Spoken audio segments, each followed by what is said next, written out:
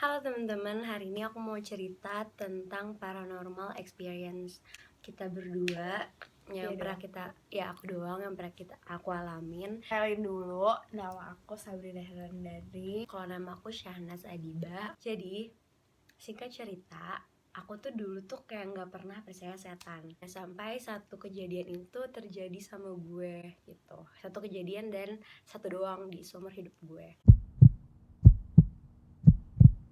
Ini kejadiannya terjadi di rumah lama kita, jadi kita sekarang udah nggak di rumah itu lagi. Jadi ceritanya di rumah lama itu lagi ngetrennya film religi. Guys, kalian tahu nggak sih film religi?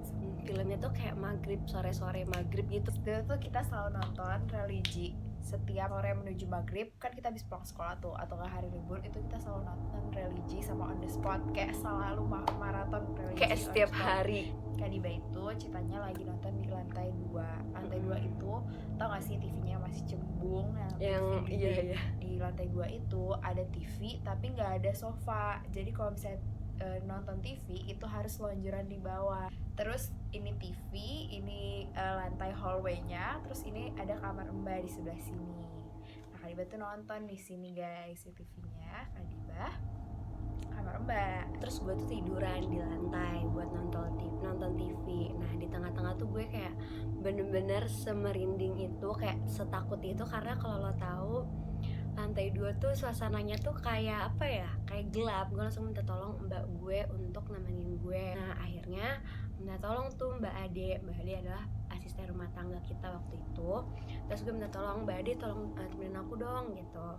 Nah, posisinya itu adalah ini TV, ini aku tiduran di sini, Mbak Ade tuh tiduran melintang gini di belakang aku, nemenin aku. Nah, dia tuh nggak nonton TV tapi dia tuh main HP. Udah kan, kayak nonton, gue udah nggak takut lagi karena dia ditemenin. Terus di tengah-tengah nonton, saking fokusnya gue waktu iklan tuh, gue kayak nengok ke belakang kan, ke mbak gue gini kayak, nah Mbak Ade tuh nggak ada. Mbak Ade tuh kayak nggak ada. Terus ya udah, kayak gue bawaannya marah aja gitu, kayak kenapa Mbak Ade mesti ninggalin gue waktu gue lagi takut kan. Ya udah, gue kayak pengen marah. Terus tapi pas gue lihat ke kamarnya Mbak Ade, ternyata Mbak Ade itu tiduran di kamarnya dia. Jadi dia nggak nemenin gue di sini lagi, tapi dia itu di dalam kamar gitu. Ya udah, gue marah ke Mbak Ade kayak, Mbak Ade iya temenin aku gitu kan. Tapi di situ Mbak Ade itu memakai baju yang berbeda.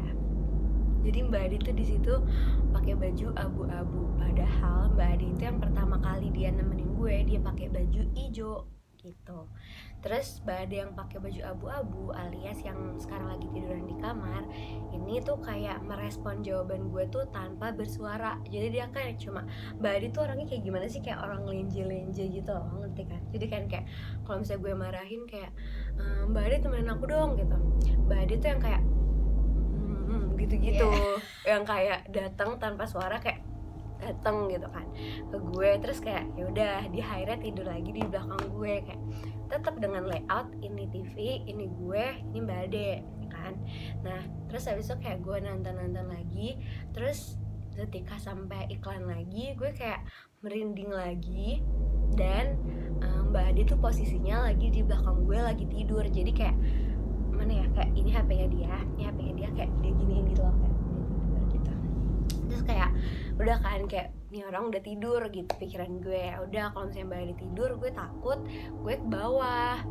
Terus waktu ke bawah, itu tuh kayak ya udah nonton aja. Terus Kak Salsa tuh manggil Mbak Ade karena dia mau dibikinin susu. Terus dia kayak manggil Mbak Ade gitu kan, kayak Mbak Ade gitu, Mbak Ade bikin aku susu dong gitu.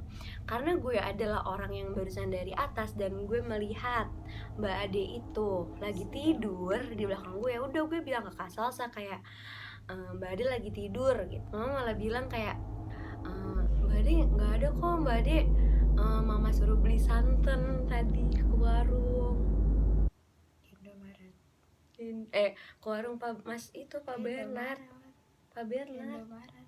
itu adalah detik gue paling deg-degan sedunia. Maksudnya kayak aku kayak bener-bener sedeg-degan itu, kayak sampai kayak aku nggak mau ngomong kalau misalnya aku tuh lihat Mbak Ade di atas, kayak Karena itu baru split second juga kan. itu split second banget. Aku turun, Kak Salsa minta Mbak Ade, ternyata mama bilang Mbak Ade tuh lagi di luar beli santan kara. Terus kayak aku langsung kayak oke, ini kayak aku benar-benar sedeg-degan itu, kayak tadi tuh di atas siapa cuy, itu aku lihat benar-benar di samping aku gini tidurnya. Terus kayak ya udah kan, akhirnya kayak aku cuman bisa diem, aku takut banget.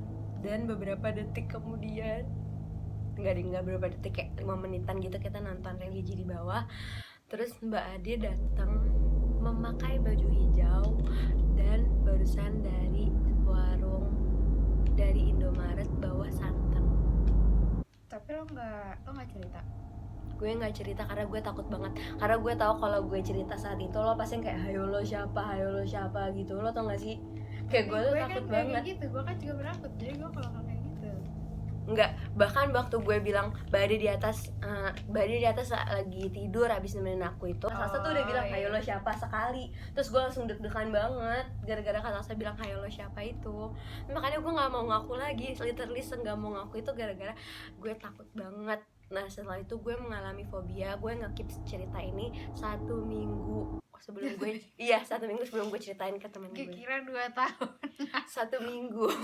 Berarti hantunya baik kan guys, temenin dia nonton religi. Ya lo bayangin deh, itu kayak Mbak Ade yang kayak bayangin itu Iya sih. Balik gue takut Jadi sama gue merinding banget. Mbak Ade itu emang orangnya kayak suka lenje bercanda gitu loh guys. Selama 1 minggu gue nggak cerita itu, gue kalau berdua sama orang gue harus nyentuh orang itu. Demi Allah, gue sampai yang kayak setakut itu. Misalnya kayak gue sama lo, gue kayak pura-pura kayak gini nih, kayak oh ini Sabina gitu, kayak pura-pura kayak sebenarnya sebelum cerita ini banyak cerita-cerita yang lain yang ada di rumah ini. Jadi sebelum kita tempatin rumah itu tuh belum direnovasi dan masih kondisinya 1 lantai dasar dan atasnya adalah loteng. Nah ketika ami kita itu pindah ke rumah itu, posisinya kan rumah itu tuh kayak ditempatin sama stranger gitu, kita nggak tahu kan. Nah ketika ami gue itu ke atas lotengnya, dia menemukan tulisan Arab yang digulung-gulung dan ditaruh di pojokan loteng itu.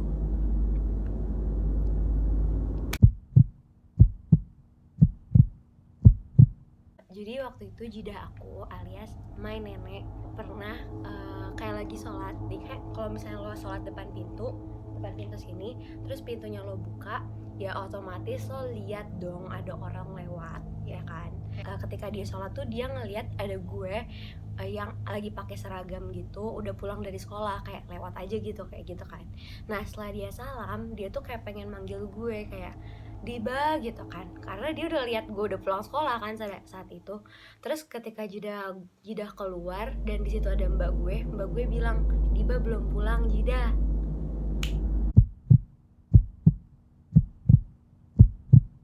Mbak Rini waktu itu kan dia kayak lagi wudhu gitu kan. Pas dia lagi wudhu, dia tuh kayak lihat ada orang lewat gitu. Pas dia selesai wudhu kayak oke, ini nggak ada orang di lantai 2 gitu. Ibu tetangga depan rumah kita itu tuh kayak marah-marah meminta pohon mangga kita itu ditebang. Dia pokoknya marahin mbak kita kayak, mbak itu ditebang dong pohon mangganya ini. Pokoknya dia kayak marah-marah, ngomel banget, pohon mangga tuh minta ditebang, padahal kayak itu kan di rumah kita juga, bukan masalah dia gitu loh. Terus akhirnya mbaknya ngelapor ke mama, terus akhirnya mama kan kayak merasa oke, tebang nih pohon mangga kan. Setelah ditebang, jadi sebelah pohon mangga tuh balkon. Setelah pohon mangganya ini ditebang, malam itu mbak kita mendengar suara wanita menangis berasal dari balkon. Tapi manfaatnya adalah pohon mangga itu jadi berbuah setelah ditebang. Demi apa? Iya. Oh iya, manfaatnya buahnya jadi berbuah. Nah ini yang paling creepy sih. Jadi ada sesuatu yang di rumah kita tuh kita udah ini wajar banget, common fenomena. Ini kayak fenomena yang ini sering banget terjadi. Ini udah gelap nggak boleh ya? Ini bakal kedengaran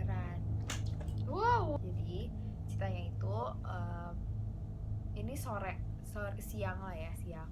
Terus aku tuh bertiga doang di rumah sama Kadibah sama mama di bawah lagi nonton TV. Itu ada langkah kaki tuh di atas duduk gitu kan, lari-lari gitu, kayaknya lari gitu. Di situ juga lagi musim paling. Terus mama tuh kayak coba cek ke atas, coba ada maling, itu kan serem kan. Terus habis itu kita ke atas bawa sapu. Terus pas kita ke atas gak ada siapa-siapa.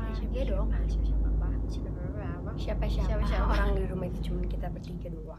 Tapi kejadian mendengar langkah kaki ini tuh udah sering banget. Kayak waktu Sabrina berdua doang sama mama.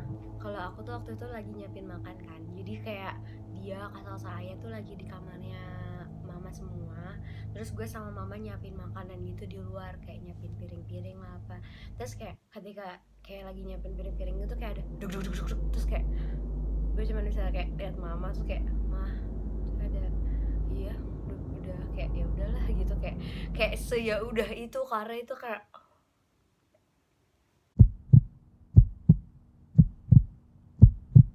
kan kita punya Ami Hadid, shout out to you. Ami Hadid ini tuh sering merasakan gitu gak sih, bukan melihat sih, cuman merasakan kalau kata Ami Hadid. Suatu hari tuh Ami Hadid ini ke rumah kita dan Ami Hadid tinggalnya di kamarnya Kak Salsa. Pas dia lagi main Dota, dia tuh merasakan sesosok orang sekecil gue, sependeknya anak-anak mungkin umurnya sama kayak gue kalau saat itu, tetapi mukanya tua.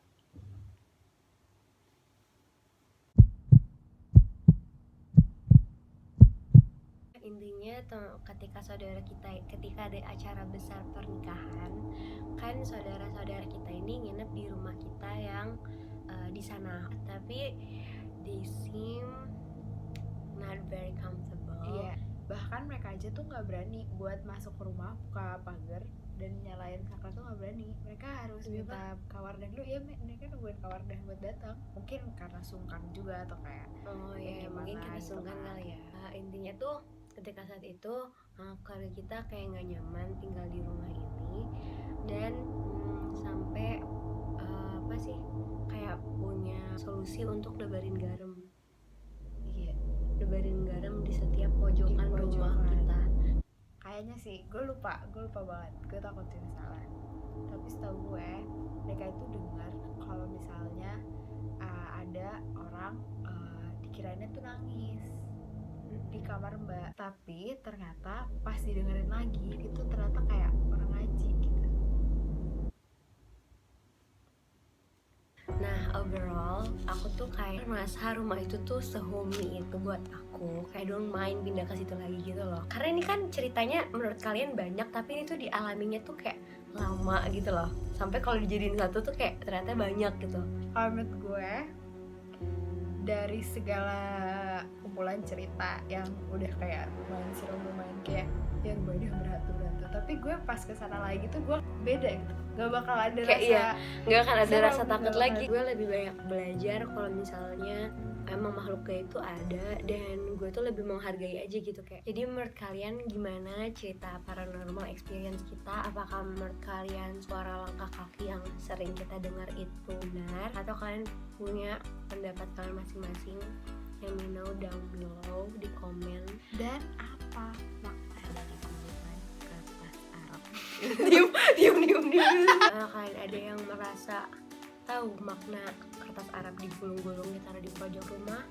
Kasih tahu kita juga di bawah. Atau apa sih ngaruhnya ngasih garam ke rumah gitu? Kasih tahu di bawah ya guys, karena this is my first ever YouTube video. Dadah, thank you so much udah nonton YouTube video pertama aku yang sangat fenomenal. That's all. Udah, itu ada Al-Quran. Kita mau baca Al-Quran itu kita mau baca Al-Quran ya, karena kita takut. Assalamualaikum warahmatullahi wabarakatuh.